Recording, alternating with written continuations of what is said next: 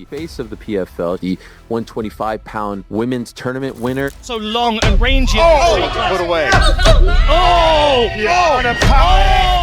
There's one who's really interesting, who's this monster. She's terrifying.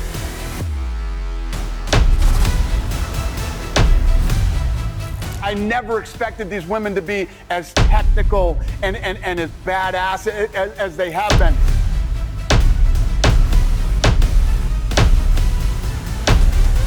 You could be the face of women's MMA. You're on that path. It's there.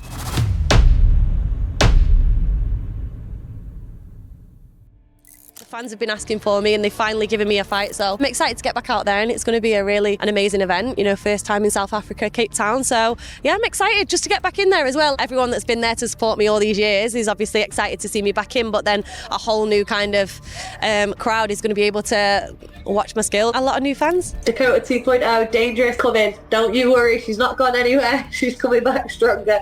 So for me, I'm getting in there the same amount of violence, if not 10 times more, because they've made me wait half a year. Honestly, I could literally fight any time of the day, any day of the week.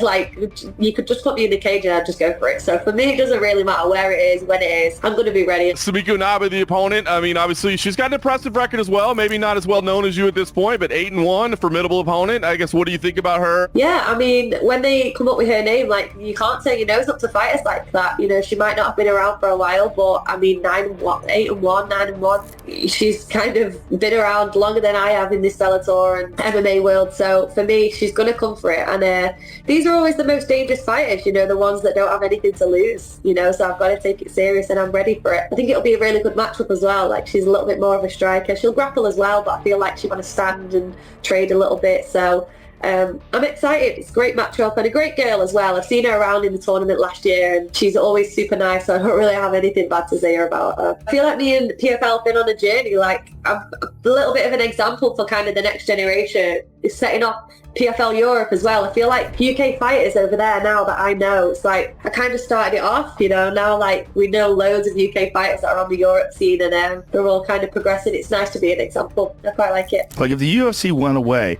the PFL will probably take up the slack. PFL is going to get people to pay attention. There's one who's really interesting, who's this monster. She's terrifying. Big fight coming up July 19th against Sumiko Naba. Dangerous is back in the cage and she's going to bring the violence. So don't blink. It's good to be back. She's a little bit more of a striker than she is a grappler. I feel like she does both, but she will stand and strike. So could be a good striking match. We'll see. She's definitely going to bring it. You have to take girls like that serious because they've got nothing to lose as well, you know. What super nice girl too, but we're fighting each other now, so I guess that doesn't matter. Her record's 8-1, so you know you've got to take girls like that serious. She's not, you know, somebody that hasn't proven herself for sure. So it's nice to be back in camp again, full of bruises, just taking it fight by fight. And like, me and PFL are in talks at the moment. Still, we're still figuring a few things out. So. You know, I haven't really got much direction just yet, but I know that they are going to keep me busy. They have to, so you will see me fight again this year for sure. I'm just trusting the process, concentrating on this fight. I'm happy to be back out there, and we'll see what's next. The PFL should keep the UFC out of their mouth. When is Dakota Ditcheva going to the UFC? I think people now, with me beating Tyler Santos, they want to see like what else I'm capable of, so it's got to be something more.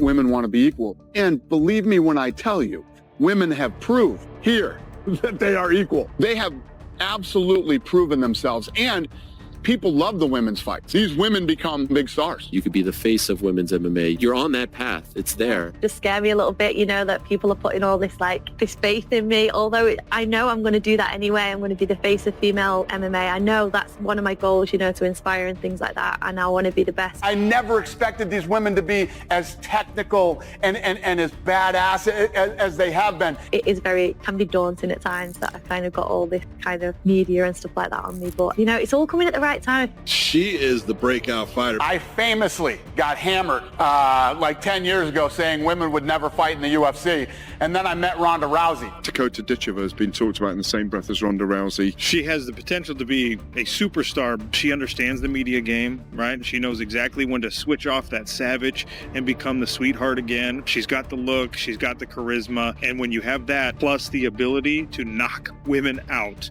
like she does, the sky's the limit. How old were you when you first did any kind of martial arts? I was 4. In your first fight of any kind, how old were you? 4. 4 as well? Come on. Oh, yeah. That's I have a 6-year-old daughter. I would never put, what is going on over there? It's called child services. What, 4 years old? It was in Thai boxing, yeah. So it wasn't head contact, it was like interclubs, but it was like decision fights. We've got some videos of me, and I was just as aggressive back then as I am now. Even as a kid, you could really see it in me, like through the videos. Feeling happy, but there's always the downsides on it as well. But the downside? Yeah. Really? Yeah. I always look at what I can improve on. My mum always says that to me as well, but it's just me. Even right after her victory, she is thinking about what she can improve on. That's a huge insight to the mindset of a champion. That's not hype. That's pedigree. This isn't another brawler. Dakota moves like a sniper. Cold, precise, and unforgiving. She executes. Long reach, lethal kicks, deadly calm. She makes violence look effortless. Now she's undefeated, untouched, and only getting better. Ronda Rousey and things like that. Ronda was quite a big, person for me to look up to. So yeah, they were like the people that I've watched. Obviously Shevchenko and Joanna from Thai boxing, so like their journeys were similar. I think that's why I gravitated towards them a lot. How do you not let all of this get to your head now? You're now, you like you said, you were all over the place. You're being pushed. They seem to be really behind you. How do you not let your head get too big and stay grounded? I think I'm just that type of person anyway. I am just like a humble person, I love to fight. Like I've always said, if I could take the fame away, I would still fight. That's not why I've originally done it. It's not to be famous and become this crazy, world star or anything. It's just kind of happened as I've been fighting, but just love the sport, and my family around me as well. We're all the same. So I think that'll just keep me very grounded. At the beginning, it was to be the top Thai boxer, the top female Thai boxer. But Thai boxing still, I don't feel like has, got the buzz behind it that MMA has. Are you shocked that you got a sub on Saturday? No, everyone else is, but I'm not. Why not? I work hard on my ground game. I love it. I just haven't needed to show it yet. I've obviously had a lot of stoppages stand up, and I love to strike, so I've kind of always relied on that. But I have got a ground game and a wrestling game. I just don't use it that often. Me and my team are just like really happy that I got to show a little bit of it, but we're not shocked at all because I am quite good on the ground. Dakota Ditcheva has made it clear. Her ultimate goal is to become a UFC world champion. Ronda Rousey had the full force of the UFC's marketing machine behind her, which helped turn her into a global superstar. In contrast, Dakota is currently competing in the PFL, a smaller, newer promotion that doesn't have the same reach. Despite that, she's already built a huge fan base and racks up millions of views on social media thanks to her knockout highlight reels. If she enters the UFC and puts together anything close to the dominant run she's had in the PFL, she could become bigger than ever, maybe even surpass Rousey's star power. At just 26 years old, Dakota still has plenty of time to make that happen. She's already wealthy and a major MMA star, but it's obvious her fire is burning brighter than ever. Her ambition is far from over. The move to the UFC is the one thing both fans and Dakota herself are waiting for. If it happens, we might be witnessing the rise of the biggest women's MMA star of all time. With her pedigree, knockout power, and rare mix of confidence and humility, Dakota Dangerous Ditcheva is the future of women's MMA. Hit that like button if you agree, and let me know in the comments. Do you think she can surpass Ronda Rousey's star power if she makes it to the UFC cage?